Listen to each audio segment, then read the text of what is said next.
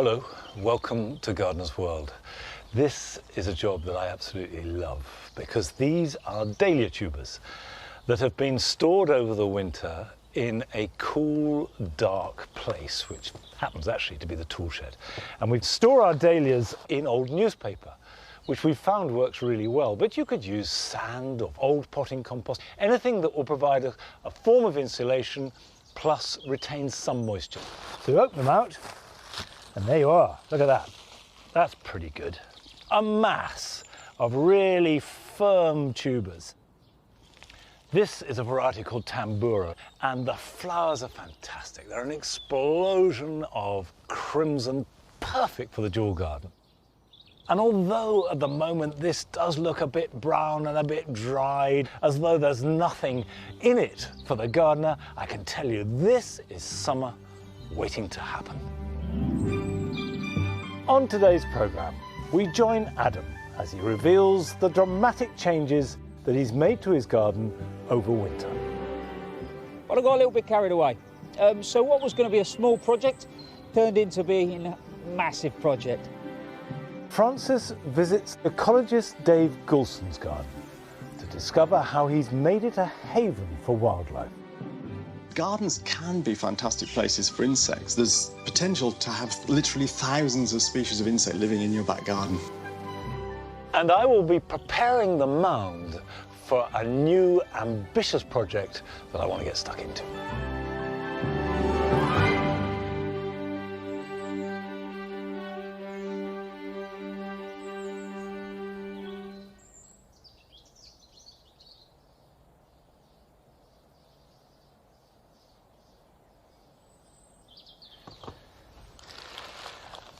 When you take your dahlia tubers out, the thing to do is to give them a good squeeze. Feel the tubers, and if they feel firm, then that's exactly what you're looking for. If one or two are hollow and they've dried out completely or they're a bit rotten, take them out. But that is in really good nick.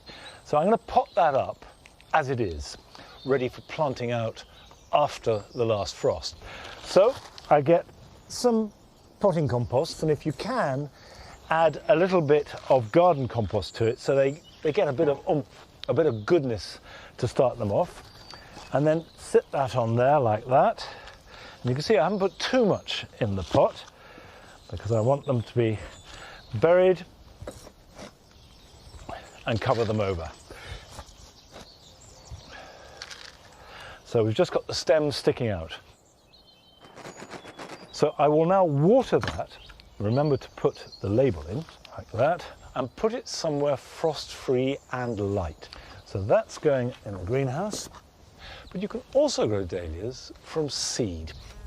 And this year, I'm going to grow two different varieties. I've got Figaro mixed, which are a dwarf dahlia. So really good for growing in a container, on a windowsill, on a balcony, and also cactus hybrid mix, and they're widely available. So if you want to grow them with me, we can all grow them together, but you don't quite know what you're going to get because seed never comes completely true, whereas when you buy a dahlia as tubers, you know what you're going to get. It'll be a variety and you can guarantee its colours. Right, I like to use seed trays rather than pots, but any container will do perfectly well, but do bear in mind it must have good drainage.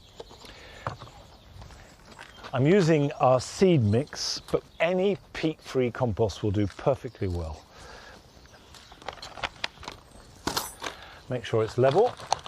I'm going to start sowing the cactus hybrid mixed. And cactus dahlias have these wonderful pointed petals, very often curled in on themselves, which are really dramatic. And I have said this many times, but it really is worth taking trouble spacing seeds evenly. Cover them over with a sprinkle of compost, like that. And by gently firming it, you're making sure the compost is in really good contact with the seed, and that will help germination. Water them and put them somewhere warm to germinate. I will put these on a heated bench, but a windowsill above a radiator will do perfectly well. Don't let them dry out and they should germinate in about 10 days.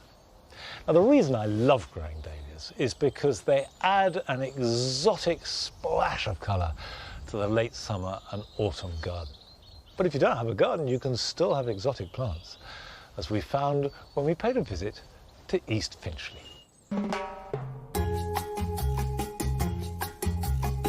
I think that houseplants and cacti and succulents can be just so funny. They sort of look like these grumpy old men in the corner, and then suddenly they'll give you a brilliant flower. And I just think that that flamboyantness is hilarious. My name is Daisy Hale, and I have a cacti and succulent collection. If I go past a plant shop, I can't help but look inside. And I also do tend to stage interventions with people if I think that their plant is going into ill health, and will just take it away. The first plant that I ever had was an aloe vera. Well, I think I was about 14 at the time, and just kept it around, and it did really, really well in my house all through my teenage years. And then when I moved to London, I brought it with me, and I guess that's sort of where the collecting started. I'm a theatre producer, and I also work in cabaret and a big variety of shows across London. I think that the cacti and succulents can reflect my personality. They are weird and wonderful, a little bit like me and the work that I do. Every plant has its own personality, and I try and name them to match that personality. This is Penny, my Chinese money plant. Penny was a present from my partner for Christmas, and I think that she is just absolutely gorgeous. My top tip with Chinese money plants is once a week I'll turn the plant slightly. It will make sure that sunlight is being reached on all sides of the plant.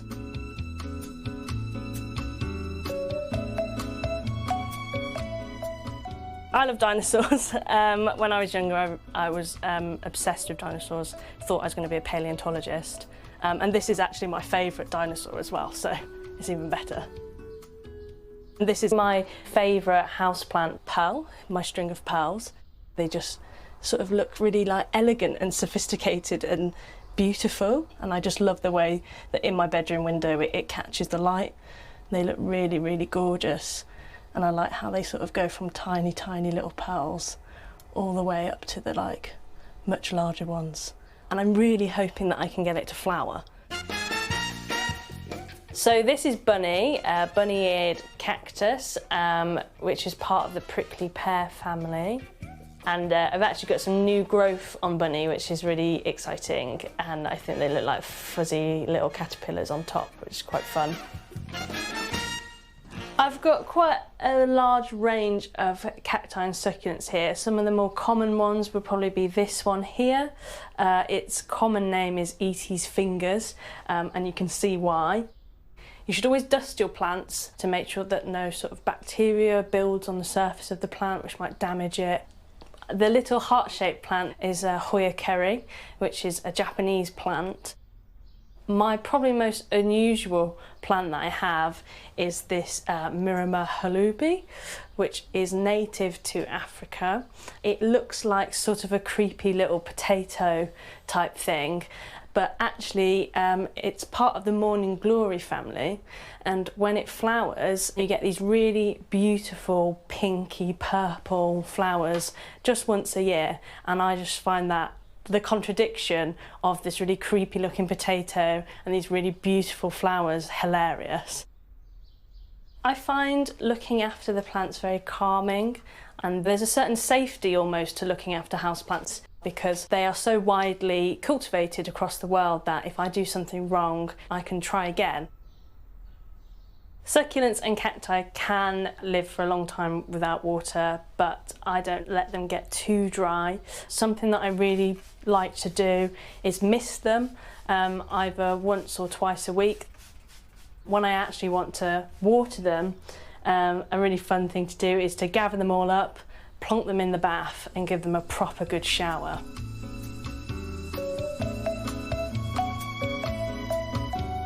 My plants bring me a lot of joy. I like the caring of them. I like that they're always there. For someone like a young professional in London, in rented accommodation, you can't always have pets, but you can have plants. And plants are a really lovely way to have something to care for, understand how plants work, all within the confines of your home, which is very comforting, I find. I don't think the collection is finished by any means. I think I'll keep on buying plants for years to come now. And to be honest, I wouldn't want to ever finish it. I want to see what else is out there.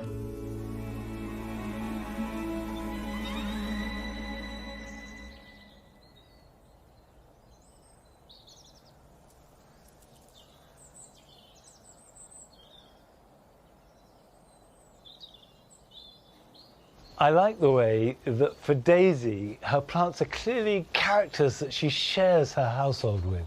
And I'm one who never used to have houseplants at all, and increasingly I'm getting pleasure from them. And I've got quite a few succulents, which, rather than being in the house, stay here in the greenhouse over winter. Now, across the winter, I haven't watered them once. And you have to remember with succulents that they don't draw on water as they need it with roots in the same way that other plants do. What they do is they draw it up into their stems and into their foliage and store it and then draw on that. So now, as we go into spring and they start growing again, now is the time to give them a water.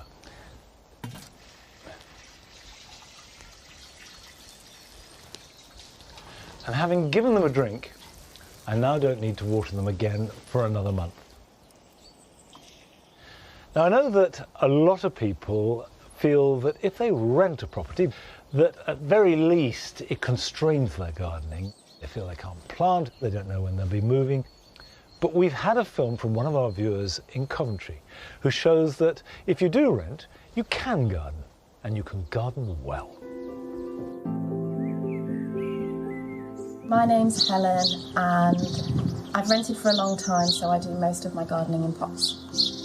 My grandma was an amazing gardener, and she was a great source of inspiration to me. And she sadly passed away recently, but she lives on in my garden because most of my plants come from plants that she'd thinned out and given some to me, or from cuttings. And that's what gardening's all about for me. It's all about sharing. So last autumn I took cuttings from a rose. It's a beautiful, fragrant climbing rose with pink blooms. And the cuttings seem to have taken really well. So what I'm going to do now is divide these up so that I can pass them on to friends and neighbours. So I've already made a pot up with some peat-free compost, some stones in the bottom for drainage and a little bit of rose food. And I'm very gently going to pull these rose cuttings out because the roots will be very, very delicate. So I very quickly want to get those back into a pot.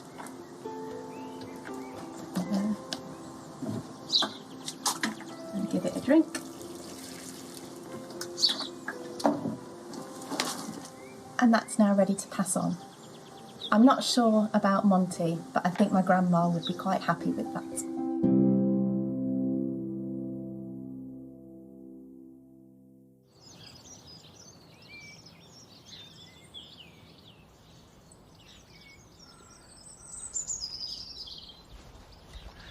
You needn't worry, Helen.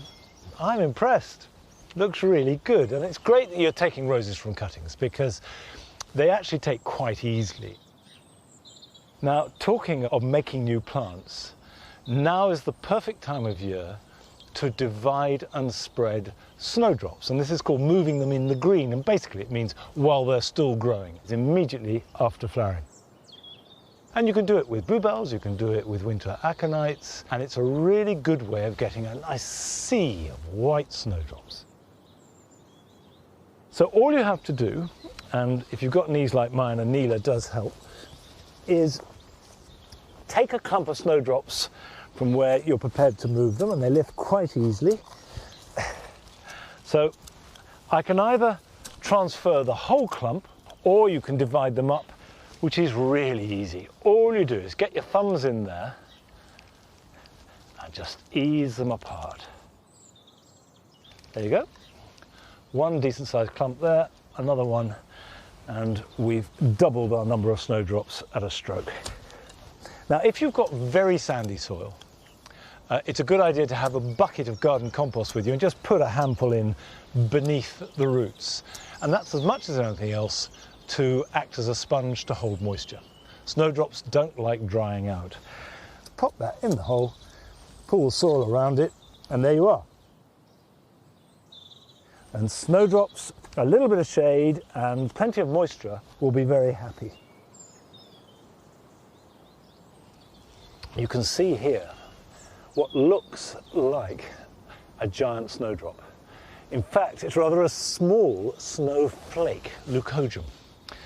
And I've planted snowflakes along here because they are another of the bulbs that like damp conditions. Moving the snowdrops like this is, for the snowdrop, a very painless transition. But moving them is a gradual job.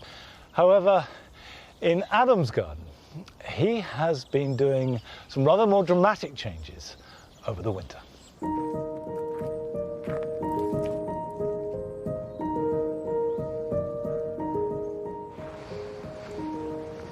If you're anything like me, this has felt like a really long winter.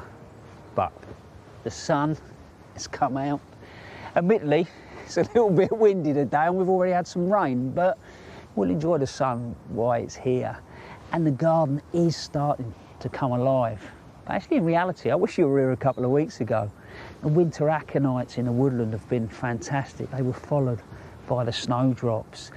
But these have been the stars, the hellebores. And I found myself sort of wandering down here on the warmer days with a cup of coffee in hand and just stopping, because these have been covered in bees. So the moment there's a little bit of sun, you know, they're out and they're on the hunt. They're looking for that early nectar, and more of that flower we can put into our gardens. We're going to provide, you know, not just the joy for us, but ultimately the food for those guys. And I think what's good about this time of year as well is you can still see, you know, if there's any spaces in the garden that maybe need colour or maybe need structure, and that's what we're going to do today.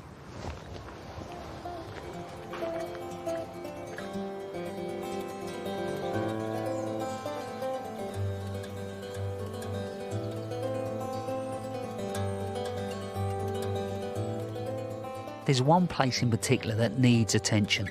Last summer, I started building a new terrace next to the gravel garden. Over the winter, I finished that and then hired myself a digger to carve out more space for gravel, plus prepare some footings for a wall that I'm going to build. Good, isn't it? Well, I got a little bit carried away. So what was going to be a small project turned into being a massive project. I'm going to extend the gravel garden, which, if I'm honest, last year was absolutely glorious. Even right through to October, the sun's going down over those trees, it was coming through the grasses, and it was just a beautiful place to be. And I'm now trying to connect, you know, the new space and the old space, but also at the same time, the big viburnum tinus, which has got fantastic flower on it at the moment. I've got to bring that down into the area. And to do that, really, I build the planting very much on layers. So the tree planting goes in first. So if you imagine I've got Amelanchier that sits in the gravel garden there, I've actually added two up here.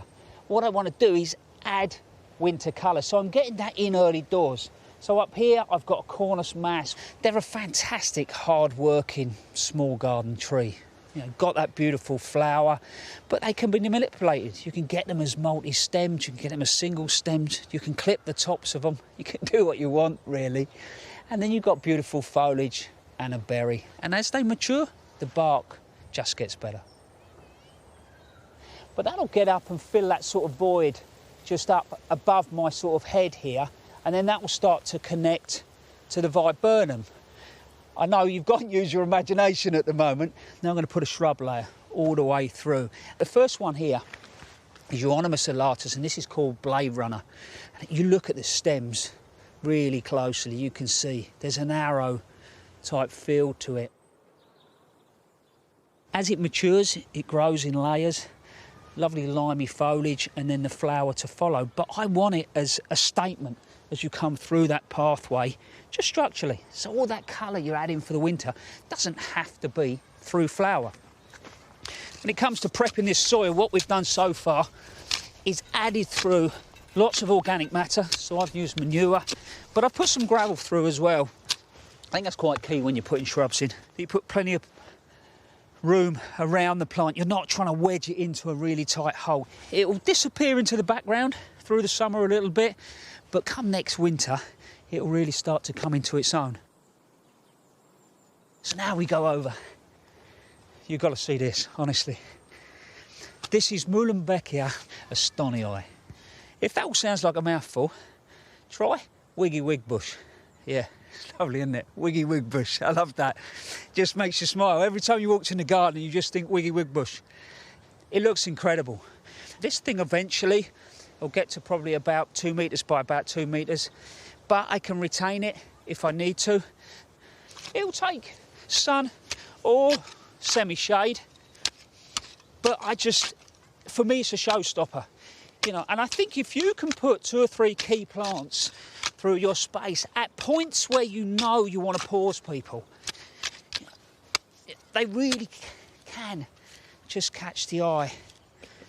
If you're looking here at the Muhlenbeckia, back across to there's a lovely link to the Carokia, and that's called Sunsplash. So you've got this beautiful sort of dark stem with the foliage that's got slight variation to it, but that then connects to the gravel garden. What I love about those plants is ultimately they can be manipulated. I've seen those grown as hedges, come in all sorts of different foliage colours. So an incredible plant, same conditions though, loves those free draining conditions. So you can start to see that the structure is going into this space, and then the herbaceous plants will come in and it will really come alive.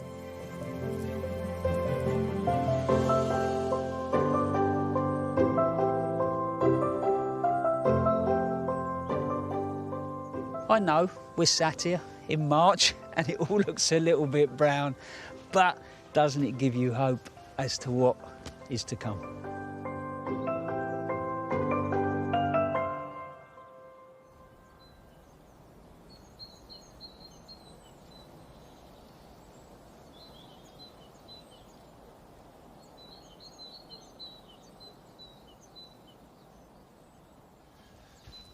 I'm sure that you've been as fascinated as I have been on seeing the way that Adam's garden has developed. And of course, we will be going back there soon to see how things are progressing. Now, last year, we coppiced this area. Now, coppicing means cutting plants on a regular cycle to promote a rash of new shoots, which you then use. And in the case of hazel, which these are, it makes wonderful bean sticks, pea sticks, hazel hurdles, and also thatching spars was a really important use. But you only cut this every 7 or 8 years. This is the 3rd cut we've had since we've been here. And each time you really notice the changes, particularly in the year following, which of course is now. We have this light flooding in, and the result is the floor is bejewelled with beautiful, beautiful primroses. And amongst them are woven in violets. We've got hellebores growing. And very soon the wood anemones will be opening out. And all these plants respond really well to the coppice cycle. Now, we've had a film from a viewer in Dorset, Craig Arborough, who's created a garden that could not be more different to this part of Longmeadow, but it's certainly very beautiful.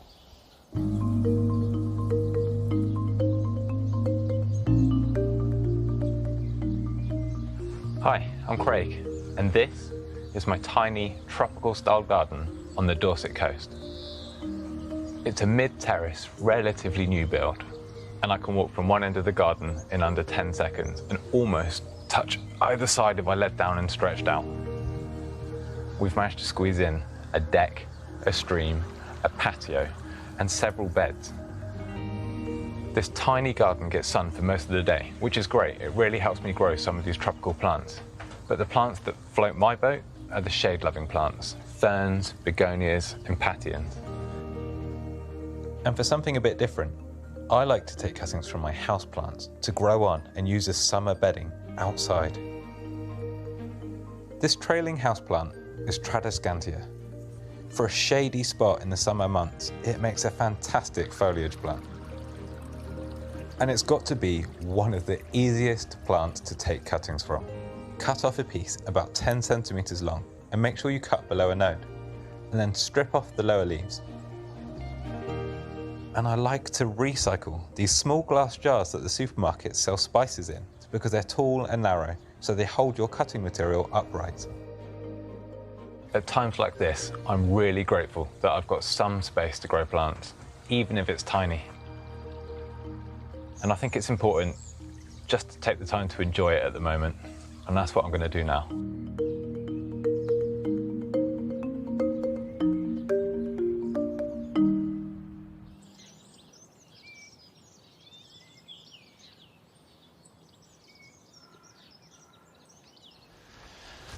I find that film really inspirational. So please keep sending your films in and inspiring us all. Now here in the wildlife garden, it deliberately looks a bit of a mess. And that's because I haven't cut anything back since last summer. And whilst that may look like untidy gardening to you, to the wildlife in here, it feels like home. It's protection, it's cover, and that's really important. And I won't cut back for another few weeks. The time to cut back is when you start to see new growth coming through strongly. So you're not depriving anything of cover. Now, last week I pruned the dogwood in the damp garden, the cornus. And I kept some of those prunings to use as cuttings here in the wildlife garden. And I've just kept them in water over the last week. And these are the easiest cuttings you will ever make. These and willows strike almost every time. Choose stems about the thickness of a pencil to a finger and cut it below a node. And a node is the point where two side shoots or leaves grow, and you cut them about anything between 6 inches and a foot long and cut the top at an angle. And the reason you do that is simply so you know which is the top and which is the bottom. And then I can just cut that straight so I know it's the bottom below a node, cut that at an angle, there we go. And then you just push them in the ground. That's all you have to do. Put them in quite deep, at least half of it buried if you can.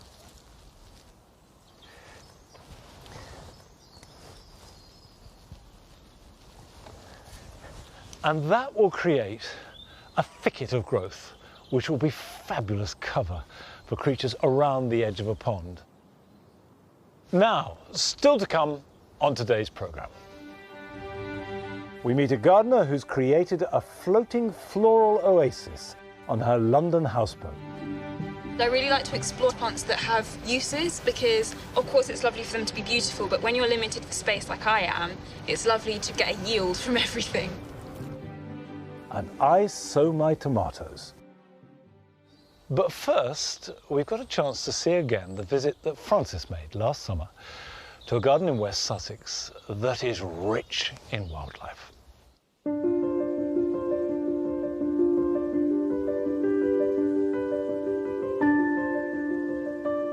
Even on a blustery day, this garden is very busy. There are bees buzzing, butterflies flying all over, and creepy crawlies scurrying through the grass. It's because this garden is the garden of Dave Goulson, a professor of biological science, an author, and an all-round expert on bees. His mission is to attract as many different insects to his garden as possible, to try and help offset the alarming drop in their numbers as a whole. So Dave, tell me about the state of insects in this country. They're not doing so well, sadly. We know that actually globally insects are in decline. There's a really alarming study from Germany that came out a couple of years ago which showed a 75% drop in flying insect numbers over the last 26 years. We should be worried, you know, particularly bees being in decline because they're vitally important as pollinators of our crops and our flowers and so on. But, you know, it doesn't have to carry on. We can stop it, we can turn it around. And it actually, because insects, they can breed really quickly, they will come back. Not many have gone extinct yet. And if we just provide them with some food and somewhere to live, they'll recover in no time. Us gardeners really are the key to that recovery. There's more than 22 million gardens in the UK, and insects can thrive in even the tiniest of outdoor spaces. I have a perhaps slightly fanciful dream of them all being bee-friendly, wildlife-friendly. Gardens can be fantastic places for insects. There's potential to have literally thousands of species of insect living in your back garden. Well, can you talk me through some of the things that gardeners can do to actively help the lives of insects? The most obvious thing, really, is don't spray pesticides in your garden. There's no point in... You can't have an insect-friendly garden if it's full of poison. So skip the pesticides, really simple thing, and plant lots of insect-friendly flowers. And insects will appear as if by magic. It's amazing. Just, you know, one lavender bush in a pot on a balcony, and somehow the bees will sniff it out. Dave's approach is to use a lot of normal herbaceous garden plants along with natives or British wildflowers and their close relations. So talk me through what plants are here and what they're doing for the insects. So we've got basically a mix intended to attract and feed as many different insects as possible. The non-natives include things like the giant hyssop there, which is fantastic for bees, and catmint and lavender, which are all, I mean, of course, classic kind of bee plants, and they're beautiful, and, you know, I couldn't live with the garden without them, to be honest. But I've also got lots of natives, and I think there are lots of things to be said for growing native flowers. So marjoram is a great one for attracting a range of insects. There's honeybees, I can see a green bottle, there's various hoverflies on there, and if it weren't quite so windy, there'd be butterflies on there. But he's also filled a pot with bird's foot trefoil, a plant normally found in meadows, because it's a favourite for breeding insects as well as hungry ones. It attracts lots of bees, it flowers for ages and ages, and also, because it's native, it's the food plant of the caterpillars of the common blue butterfly and the burnet moth, both of them gorgeous insects to attract into the garden. So, you know, why would you plant pelargoniums in a pot when you could have beautiful bird's foot trefoil? I have to say, I've never seen it in a pot, and it does look amazing. I do like pelargoniums as well, though.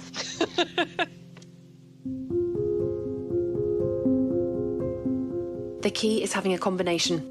Plants that work for insects, plants that work for us, and lots that we're both keen on. And once the insect numbers rise, it brings even more joy, as Dave proves in his veg patch. Amongst the very lovely vegetables, Dave has left some veg flowers to grow from last year's crop for all sorts of insects. So this giant beast it's a parsnip. Most people think of a parsnip as the rooty bit, but I just left 2 in the ground last year, didn't harvest them. And, of course, they flower in their second year, they're biennials. And that means I can collect the seed. In a few weeks' time, they'll be ready to harvest. So it saves me buying parsnip seed every year. Yeah. But aside from giving you seeds, there's a dual advantage of the parsnip because it's really prone to blackfly. Yeah, you can see there they are. But also, if you look closely, up there is a little cluster of ladybird eggs. The flowers attract hoverflies, some of which have larvae that eat aphids. So between the ladybirds and the hoverflies and the soldier beetles and the earwigs and all sorts of other predators that are attracted in by the aphids and then will help to keep their population under control so they never become too common and they never spread onto my runner beans over there, which you can see are completely free of pests. And I haven't sprayed any chemicals at all. I'm just relying on these insects to come to my aid. There's leek flowers and comfrey here too, to attract more insect predators that will pollinate his veg while they're at it. It's all about balance, about giving nature a chance to do its own thing and not trying to control everything all the time. Sometimes nature knows better than we do, perhaps. I think she does. Having water in the garden supports a huge number of aquatic insects. But probably the easiest thing that we can all do to help involves the lawn. I would feel slightly stupid doing this. I don't know why. I've done it thousands of times. It's graceful. This old lawn is mowed just once a year, and lots of insects have moved in. So let's have a look what we've got in here. Look at this. Oh, wow.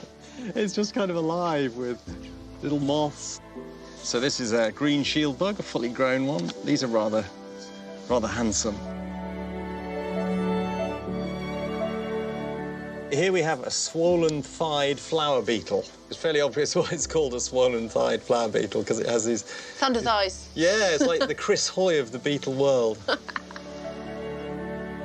This is a lacewing. These are beautiful insects, a lovely kind of lime green colour, and the larvae are voracious aphid predators. They have these big curved scimitar kind of jaws. They stab into the aphids and suck the juice out of them and then leave this kind of shriveled husk behind. Nice. Yeah, lovely. For something so beautiful. The insect world is charming.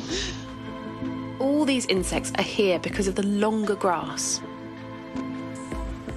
If this was mown like a traditional lawn, you'd have almost none of this insect life, because every time you mow, you go through, not only do you get rid of all the vegetation, but you actually suck up and macerate all the poor insects. In long grass, if you leave it, you get all sorts of stuff. Plus the seeds then provide food for birds later in the year and voles, and there's a whole kind of ecosystem springs into life just by stopping mowing your lawn. Even leaving a little patch at the end of your garden would do. So actually, gardening for insects is really easy. It involves stepping back, stopping mowing the lawn, stopping spraying pesticides, and giving things a chance to recover. By doing a little bit less, us gardeners can do so much more to turn the tide on declining insects.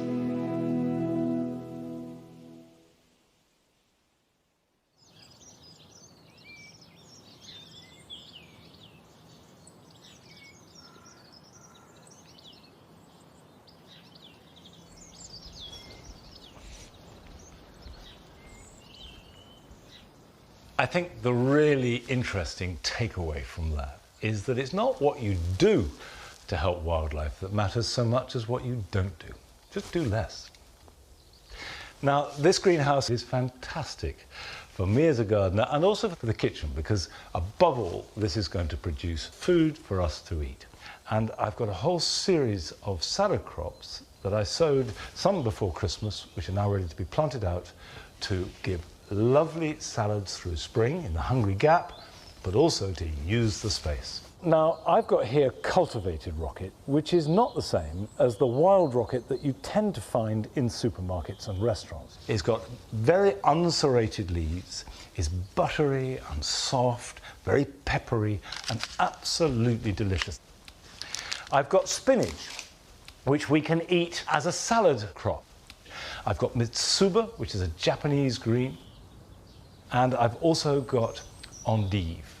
And all of these I will plant in the greenhouse, and they'll grow fast under the light and the heat, but also plant some outside. They will grow slower, so we can stagger the harvest.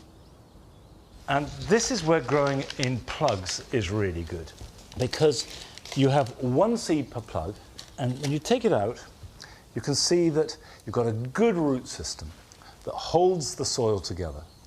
And you just make a little hole, and I use my fingers, pop it in, and that's it. And those roots will grow out into the soil. So I'm spacing them a good 6 inches apart. Maximum chance to get all the moisture and the nutrients they need to develop a strong root system, and that means they will produce masses of leaves. And if you get your timing right and the weather's good, you can sometimes get 3 or even 4 harvests from each plant. And if you haven't got a greenhouse, then you can make these early crops grow a bit quicker by having a cloche, or even putting some fleece over them. And that will protect them from the worst of the cold, and they'll just grow that little bit quicker.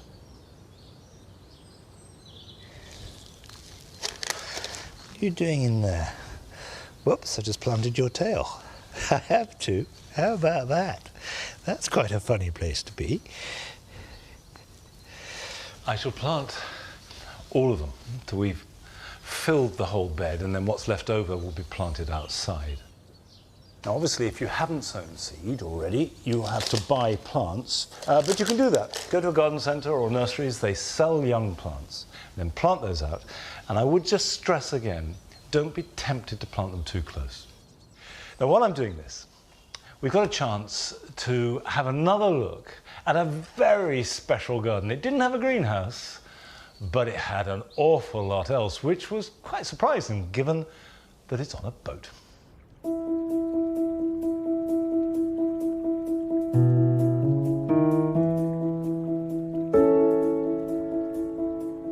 I think of my garden as a bit of floating wilderness, and it's teaching me all the time about the natural world in so many different ways.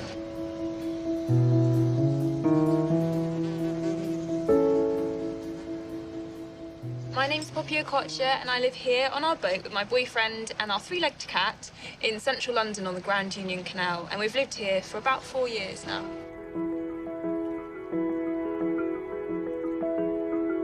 Being on the water itself just makes you feel so connected to nature and the seasons. So for us, the boat is really a kind of floating oasis, and along with the plants and all the insects that it attracts, it really feels like we're kind of like a little wildlife pontoon.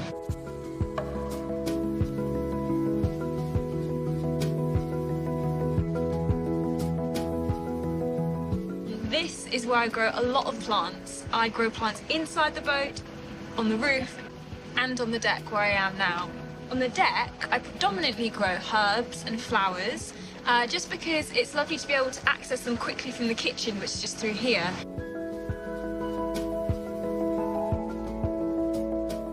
On the boat, I have to be really aware of the fact that on the roof especially, there's a bit of a wind situation. As well as the wind, I also have the willows to contend with, which unfortunately cast so much shade. We actually coppice them every 2 years, but this year is a no coppice year, and so we're operating in quite deep shade towards the north side of the boat. So I have to kind of stack everything up facing south out of the reach of the willow shade.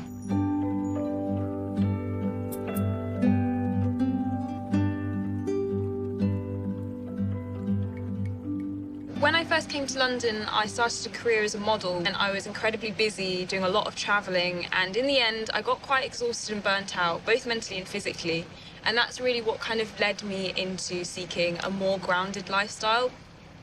Plants became a way of healing because it's just so calming and grounding and really slows you down, because you kind of tune into this slower seasonal pace that plants seem to exist in.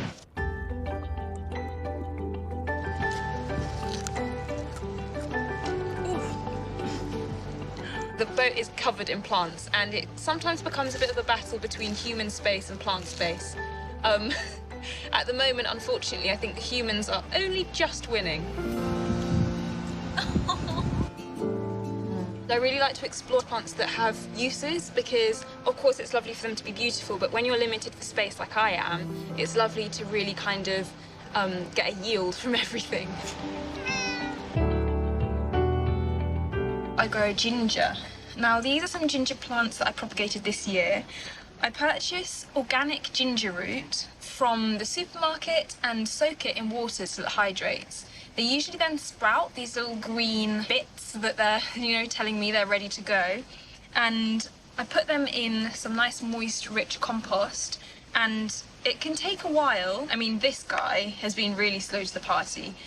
It took about 4 weeks for these to come up, and then this guy 8 to 10 weeks even. But I find it a really rewarding propagation process, because I use ginger in my cooking all the time, and it's really lovely to see what the plant actually looks like in real life rather than only ever interacting with the root. I love plants because I feel that when you really start to connect with them, you develop this kind of symbiotic relationship. So you're caring for the plants, and in return, the plant cares for you.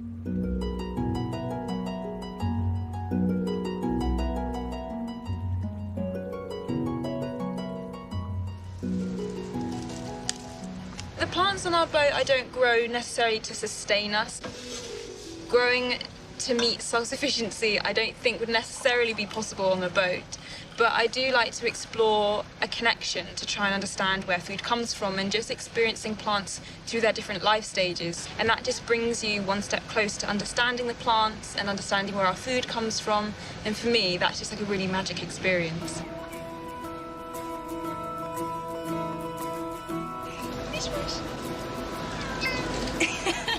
Living on the boat has made me very aware of the resources we use, and so for me it's really important to integrate sustainable growing practices into the growing process, because if I'm working with nature, working with plants, then I want to be doing the best by nature and by the plants.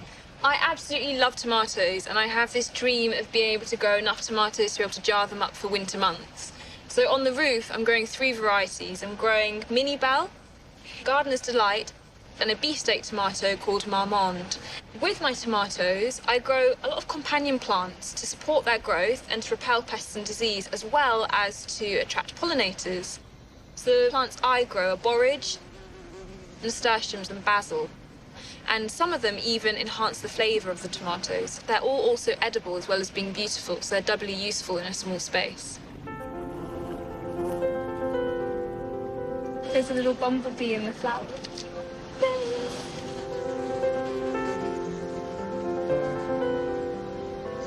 These are my Gardener's Delight tomatoes, and they're cordon variety, so they're going to need a bit of support, which I'm going to give them from some stakes cut from the willows.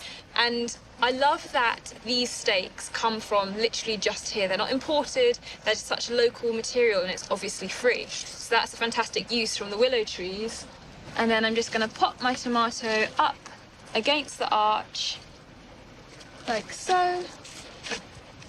And that will provide a nice bit of support through the rest of the growing season.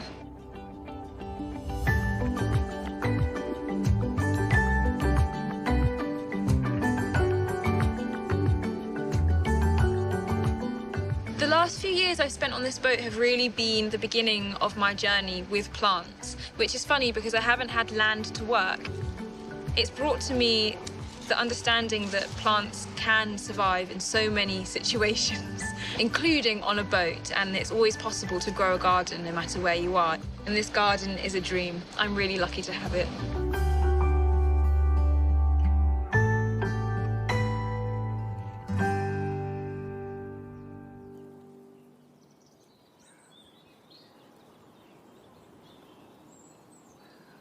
I think there's something very romantic about houseboats, and if you can have a houseboat where you grow things too and have a garden, that's romantic and practical. I don't know if sowing tomatoes is romantic, but it's certainly practical, and I love growing them and I love eating them. And you can sow tomatoes now and you will get a perfectly good harvest later on in summer. So that is an ordinary seed compost, and I'm starting with a variety called Black Crim. They're quite a large tomato, and the reason I grow them is because they taste fantastic. If I get 10 good plants from these, and each one gives me 10 to 20 good tomatoes, that's well worth growing, and for the cost of a packet of seeds is actually very good value. Press those down to make good contact without compacting the soil, and then very lightly cover them.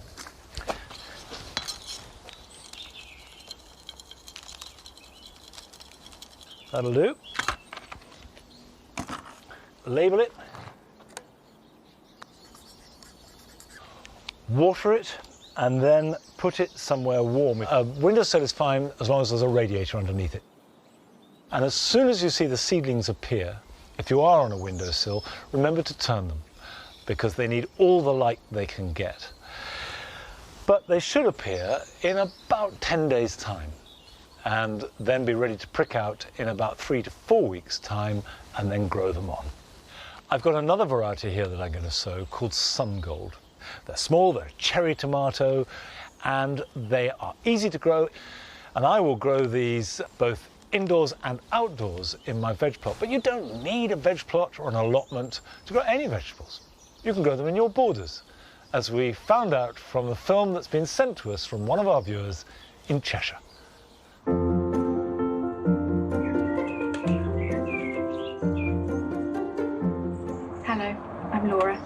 This is my small suburban garden in East Cheshire. This year we want to grow as many of our own fruit and vegetables as we can. We want to try and utilise the space in the borders we have that normally I would be growing annuals in, but this year we're going to be growing vegetables. Our garden's pretty small. It's got 6-foot high fences, it's west facing, it's full of children's play equipment. It didn't sit right to just carry on as if nothing had changed. So in a bid to keep my mind more occupied, it was time to start growing vegetables more seriously. I'm mixing little clusters of things like French beans, peas, beetroot, and even these red cabbages amongst the perennials, in the hope the garden will be both beautiful and productive without taking away the space we need for our young children. Our garden is far from perfect. Slugs help themselves regularly, and with 2 small children, chickens and a dog, things get dug up, pulled up, trodden on or squashed on quite a regular basis. But if we can do something that puts food on our table ourselves and smiles on our faces along the way, I think we'll have done some good.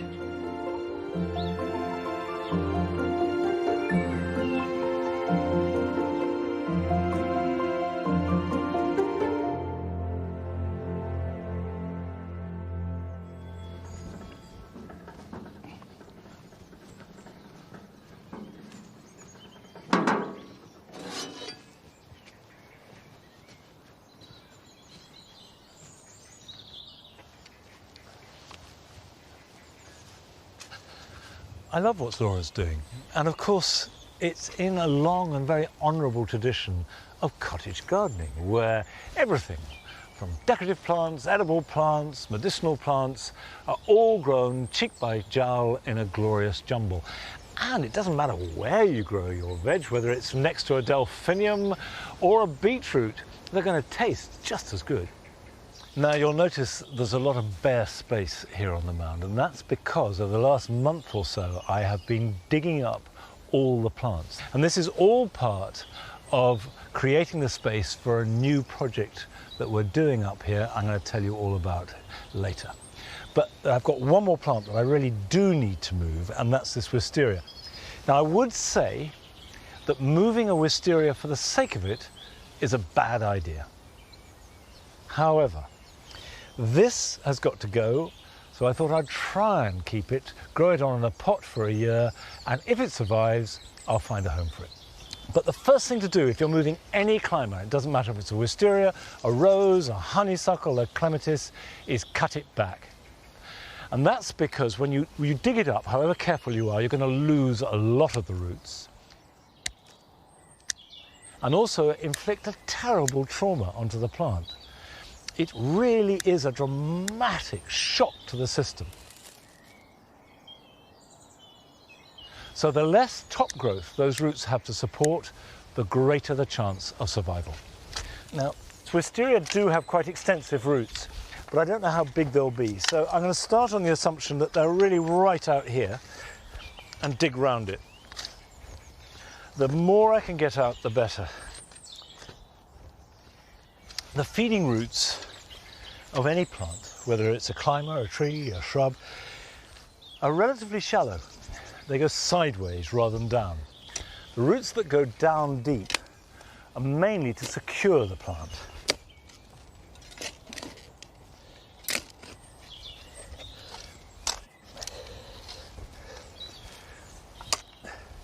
There you are. These are the feeder roots, these small ones, and these are the really important ones, and it's most important thing is to not let them dry out. So we need to get that into a pot very quickly.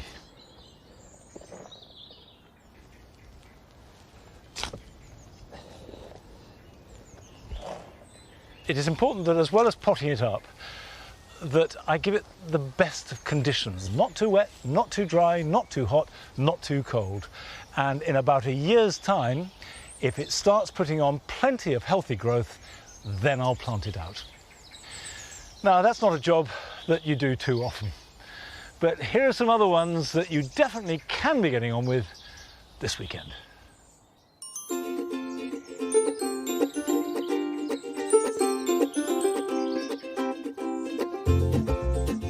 If you're growing red currants, white currants or gooseberries, now is the time to prune them. They all bear their fruit on old wood, so the new wood from last year can be cut back to let light and air into the plant and providing the perfect conditions for fruit production.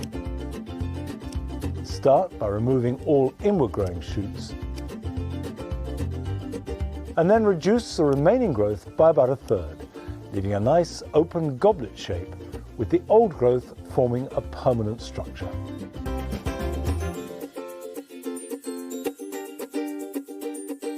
Late flowering clematis, such as Clematis viticella, produce all their flowers on new growth, so it's best to prune away all of last year's. Cut back boldly to a couple of buds, and these will produce the new shoots with this year's flowers. And avoid the problem of bare stems with all the flowers at the top of the plant out of sight. Now is the best time to sow tender and half-hardy annuals such as zinnia, tithonia and cosmos. Fill a seed tray with any peat-free compost and sow the seeds thinly, covering them with a sprinkling of soil and pressing them gently to ensure that they make intimate contact with the compost. Water them and keep them moist, putting them somewhere warm and bright to germinate.